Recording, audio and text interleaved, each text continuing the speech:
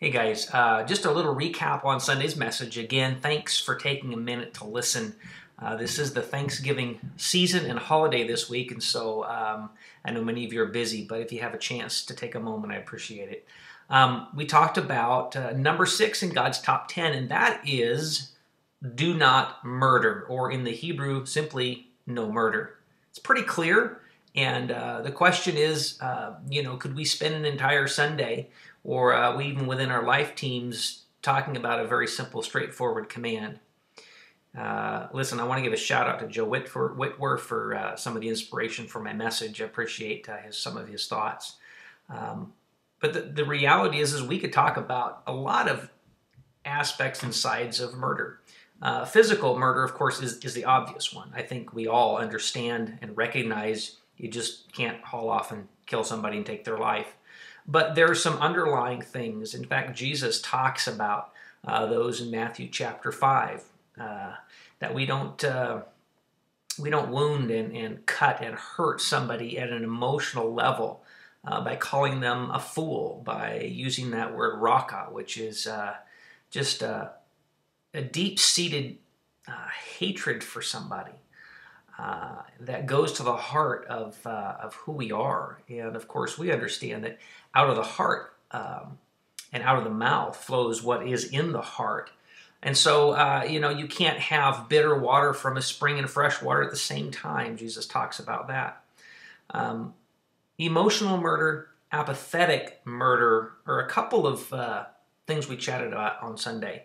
And thinking about emotional murder, and that is verbally with our tongues, cutting people down. Proverbs tells us that there's power in our words, power to give life and power to give death.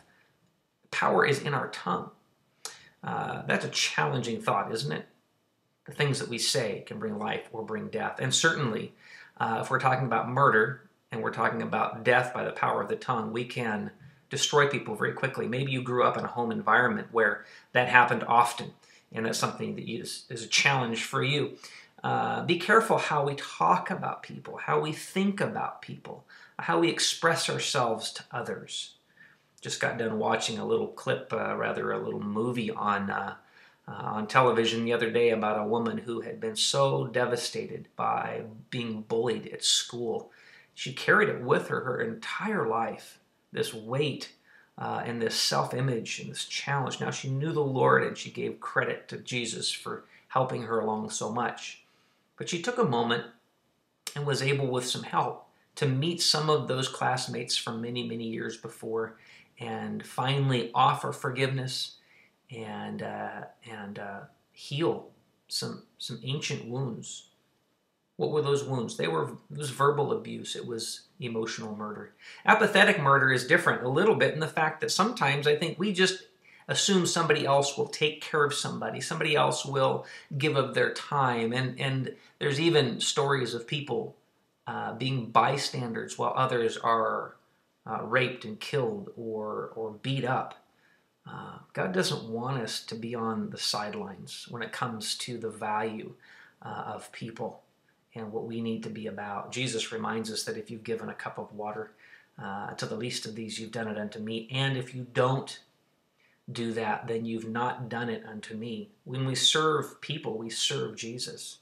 And let's not be apathetic or spiritually void of the command of God and the direction of God. Finally, you matter. That's my last point, is that you value to the Lord. You matter to Him. So does every person that you come in contact with every day. Even the guy that pulls out in front of you, that customer who may cheat you tomorrow, that telephone solicitor that's probably going to call during dinner time. Everybody matters to God. And I think there's a ton of people in our community and in our world that need to hear that message from you about how God loves them. People are valuable. Life is valuable from conception unto death, and God loves every single person. We'll be challenged this week on the idea of murder. And one last thing. I told you just a brief story about an article called Lethal Leftovers that threatened Europe.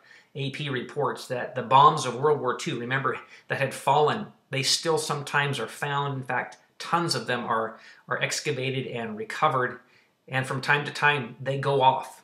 Why do they go off? Well, because there's been a corrosive effect of time that makes those bombs so much more volatile, and when they're volatile, they just instantly go off. And I wonder sometimes if that happens in our life, if the corrosiveness of bitterness or envy or maybe just being misunderstood begins to eat away at the core of our heart. And there are moments because of that we just go off and we explode on other people. Try not to do that. Try to live a life that values everybody and values your friendships and your relationships, your relatives, all the people that God brings into your path. All right, thanks for taking time. Have an awesome week. Have a great Thanksgiving. Okie doke. Bye-bye.